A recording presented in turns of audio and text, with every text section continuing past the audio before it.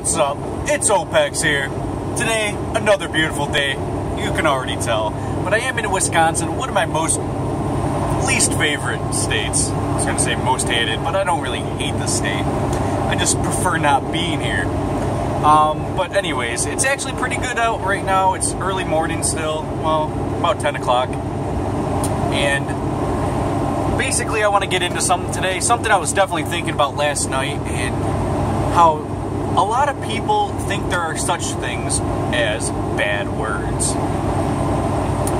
Now, don't get me wrong, there are buzzwords. There really is, that, you know, are out there that really affect other people. But, really getting into it, come on now. Why are people getting mad at words? Why is that? They're only words. I mean, like, seriously, like, when you hear somebody say a word, most people, like, it could be the F word, right? Of course, I'm not supposed to be saying that word. I gotta censor myself. But when you hear the F word, like, if you're in the middle of the mall or something, and you're just, you know, zombie mode and just going straight to where you gotta be and everything, then all of a sudden you hear, "Fuck this motherfucker," right? You'd freak out and be like, "Whoa, what was that?" But if you are walking down the mall zombie mode and someone's just like, "Yeah, and I fucked that girl the other day," it wouldn't be like, "Whoa," would it? It'd be casual. It's the context that it was used. I don't like these glasses, but they're my only sunglasses. I can't wait to go buy a new pair that's outside of the truck stop garbage sunglasses. But it's actually not that bright, surprisingly. There's not a cloud in the sky, just that haze that blocks out the sun a little bit. So I don't really need the sunglasses. But I will explain a little more on the context thing. Because if you're using a word, people look at it as, what race are you? What is your intention behind it? What is the context that you are using this? And that word in itself is bad. It's bad. Get it out of here. You know, like the N-word. If a white person goes, "Nigga, get out of here." It depends on those things I just said. What is his intentions behind it? What is his race? Oh, he's white. You know, all of a sudden, you know, that's like a... And a lot of black people have stated that they don't even want to hear white people say nigga. White people, Hispanic people, you name it. They don't even want that to be in existence in the lingo of white people. So white people got to censor that word. Now, specifically that word, I actually like that word.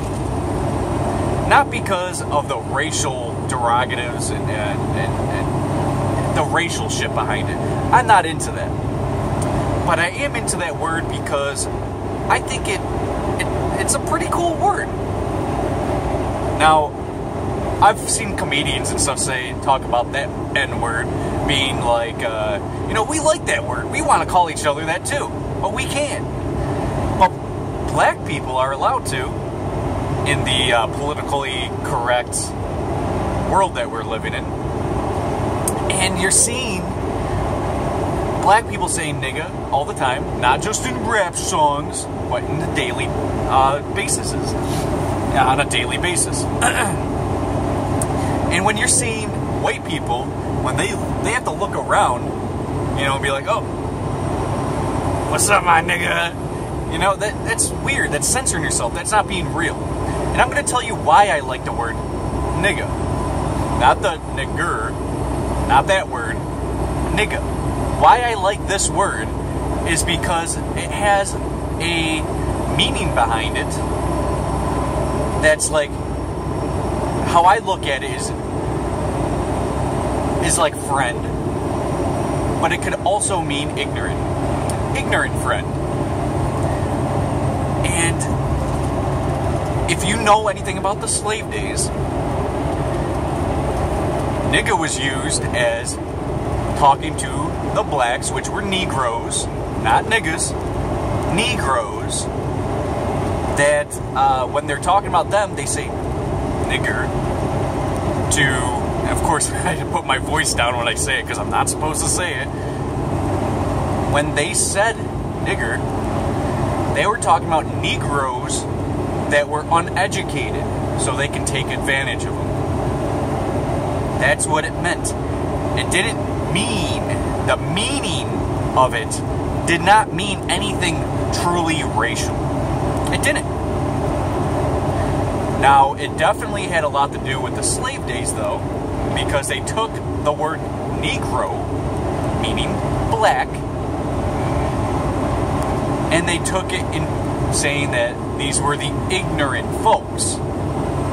They weren't as educated as you and I. They weren't as, you know, today's day, there are still ignorant people out there. There still is. Lots of them. Probably just as much as back then. Probably. And we're all getting taken advantage of now. So when I say, hey, my nigga, I look at it as, hey, my friend. But only small-minded people, and there's a lot of them, that take this word and put something racial behind it. I mean, it's just a word. Now, if I said something racial about it and called you a nigga, then spite me for it. You know, punch me in the face for it. I get it. I would deserve it. I get it. But it's in the context you use it as. You know, I've actually said the word nigga to a few of my black friends, talking about, hey, my nigga. Not as white as that, you know, speaking like that, but, you know, I would say that to see what kind of reaction I would get. Because they see who I am and my intentions. They know, I mean, after you get to know each other, they know your intentions, they know you're not trying to be racist or I mean, I wouldn't go into, like, a weird area of a bunch of left-wing weirdos and right-wing weirdos and just be like, what's up, my nigga? You know, it would be closed doors. It would be just me and this dude or me and a few friends, right? Because I don't want people to be like, oh, and then making him feel like he's judged, like, oh, I got to react to this now. But that's the truth of it. It's just a fucking word. That's all it is. That's all it is. Bitch. The word bitch sounds very, you know, depreciating. In terms of, like, if I said the word bitch, like, hey, bitch, go get me some Starbucks. And you're paying for it, bitch. That context is pretty degrading, right? And that's a really shitty thing to do, to say. But if you go into a bar or something and there's like a lot of white girls, younger white girls, and they're like, oh, what's up, my bitch? To the other girl, like, what's up? And they're smiling and they're going in for a hug or something. That wasn't a bad use of the word bitch. You know, that was like saying, my good girlfriend. You know what I'm saying? And if that same girl said, what's up, my bitch? And then they went to square up, you know, that's a different context, but you said the exact same words. What's up, my bitch? It's in the context. I mean, it's everything. It's specifically everything to do with why you guys are calling it a bad word. Gotta censor it, especially from the children's ears. Now, don't get me wrong. When I have children, I'm gonna censor myself on a lot of tangents. Lots and lots and lots and lots of tangents. You know? But I will, as they grow up, teach them these things. So when it does slip out and they're just in the vicinity and they hear it, that they know what the intention was behind the word. And I'm going to explain it to my kids that don't censor yourself. These are just words. Now, if you're using them in a derogatory way, I'm going to punish you because of that. Not because you used the word. If I have a 2-year-old child and he says, you know, fuck you, daddy, I'm going to punish him. But if he says, if I said, up to him like, hey, let's go fishing today, and you're coming with me. Do you want to go fishing? And he goes, no, I don't want to fucking go fishing. I'm not going to punish him for that. You know, I'm not. Because it wasn't a form of the word of intently hurting somebody else. It wasn't. And it wasn't a way to instigate any type of negativity. It was just like a feeling. He's using the word as it's meant to be used. I mean, the word fuck has so many meanings. You know, look up Osho's, O-S-H-O.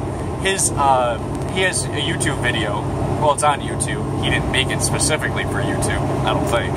But he made a video talking about all the words, all the uses of the word fuck. And this is a really good guy. Like, he means well. I think he's like some sort of Buddhist. And he really means well. But he describes of all the uses of the word fuck. And, you know, if my kid says, you know, if I say to my kid, hey, can you go in the other room? Me and mommy gotta do some personal things. And the kid's like older now, and he understands sex and stuff. He goes, oh, you guys are going to fuck, aren't you? I'm not gonna punish him because of that. But if he says, you know, like, it's like, there's other words other than these buzzwords that scare people, these bad words, like ugly. You shouldn't call somebody ugly. You shouldn't call somebody fat. Why? That's what they are. If there was a lineup, let's say, and at the bank or something, and, you know, of course, I shouldn't be calling them fat, but if they're like,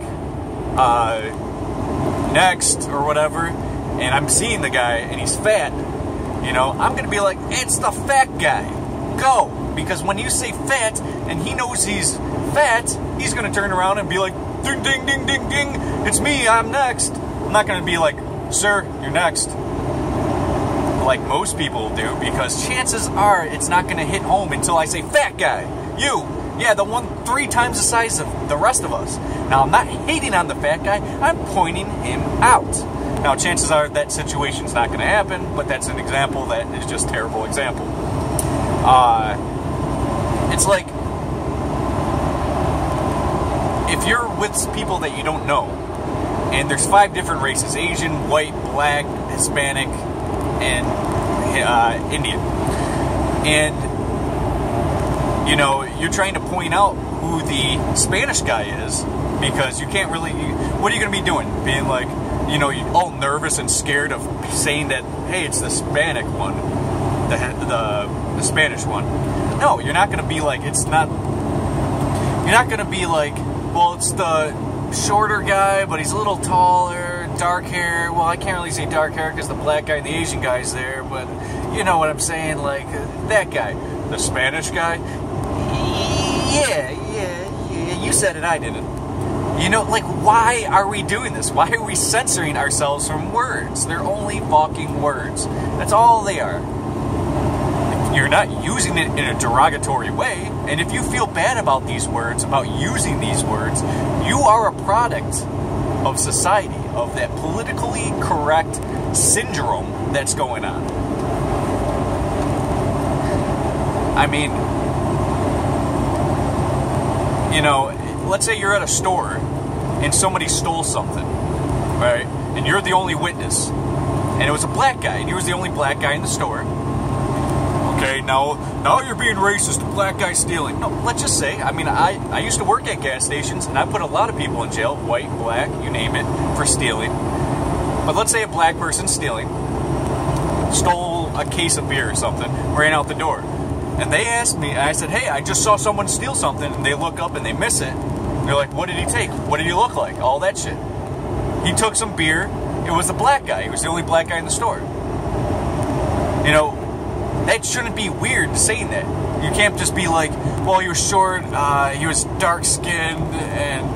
No, stop that shit. Say exactly what it is so we get to the point. You know, you shouldn't have to censor yourself for any fucking feeling of weight guilt or whatever it is. Don't do it. Stop it. It's a fucking plague that's destroying us all. And if you don't see that, then there's an issue here. There's a big issue. Now, this goes with words, and I'm going to describe it in a way that makes sense outside of the context of words. If you are living, let's say you are brought up in a Christian family, or Catholic, or whatever you would pick. You're living with this Christian family. You go to church every Sunday. You never use bad words, and you're very censored in your speech and everything. And you're always home. You know, you don't go out and hang out with friends. You're homeschooled, and you're not very social. Well, what happens when you are living that life for 18 years, and then all of a sudden you're exposed to the real world? You're 18 years old all of a sudden, and you're going off to either college or your own apartment and get a real job and the whole nine. Right? You take this person from one scenario of being sheltered in the whole nine, never using bad words, to being completely exposed to reality. Fake going into reality. And then when you're in reality, you're hearing F-bombs and you're seeing racial, politically correct crap and stuff. You're all of a sudden like, whoa, are you going to jump on the bandwagon of what? What are you jumping on the bandwagon? Continuing your life and staying so sweet and everything? Or all of a sudden becoming that, you know, gone bad person? Which generally is the case. Once you're 18, you're on your own, you're exposed to friends, and you're cool with people, and you get really cool with them, and then you start doing drugs or whatever it is. You're more susceptible to drugs when you haven't been around it your whole life, and then all of a sudden you're around it. And let me explain why. Now, you're susceptible to these things because you're less aware of them. Let me go into more specifically when you're exposed to these things all the time. Let's say you live on a block where there's a lot of people who sell drugs and you're seeing the fiends firsthand and everything. You think to yourself, I ain't gonna be that person. I'd much rather be the guy selling it to that person, but I ain't gonna ever be the guy who's actually doing that. Look at him, he's toothless, he doesn't know where he is. That doesn't look like fun. I don't want to be this guy. Look at how much fun I am being sober compared to this guy. You see it firsthand, the negative effects, the whole shebang. But then you take somebody who's never seen that fiend before, and you see your friends do some pot, and you're like, yeah, let's do some pot. Oh, well, that wasn't so bad at all. That was actually quite fun. And it enhanced our time the whole time, or whole night. And then a friend comes down, and he's like, let's do some crack. Just hit this. Oh, it's way better than weed. Oh, it's even better than weed. You smoke it, and you're hooked, and then you go down that life. Now, I'm not saying this is a for sure thing by any means, but I'm trying to encourage you to show your kids, especially when they're getting into the teenage years, show them these things. Show them the fiend on the street. Show them. Stop sheltering. Because those people that are sheltered are holding back a lot of truth to them, a lot of depth. And I encourage you to show them these bad words and tell them it's the context. Show them firsthand the pros and cons of everything. Show them. That's your job. That's not the state's job. That's not, society's job. That's not watching television and hearing the word fuck being bleeped 13 times. That's a bad word. It's not meant for society. It's just a freaking word. But you just censored yourself and said freaking. No, I actually wanted to say freaking because it's just a freaking word. Don't censor yourself. Be real. If you offend somebody, but your intention was not to offend them, whose fault is that? That's not your fault. That's their fault. How you talk to somebody How you talk to somebody is your problem. How they respond is their problem. Realize that. It's not the word, it's the context. I'm out. Peace. Opetz here. I could definitely be talking about this all day, but you guys got better things to do than just hear me go in loopholes about the context of words. You guys enjoy your day. Peace, love, happiness, and longevity forever. I'm out. Peace.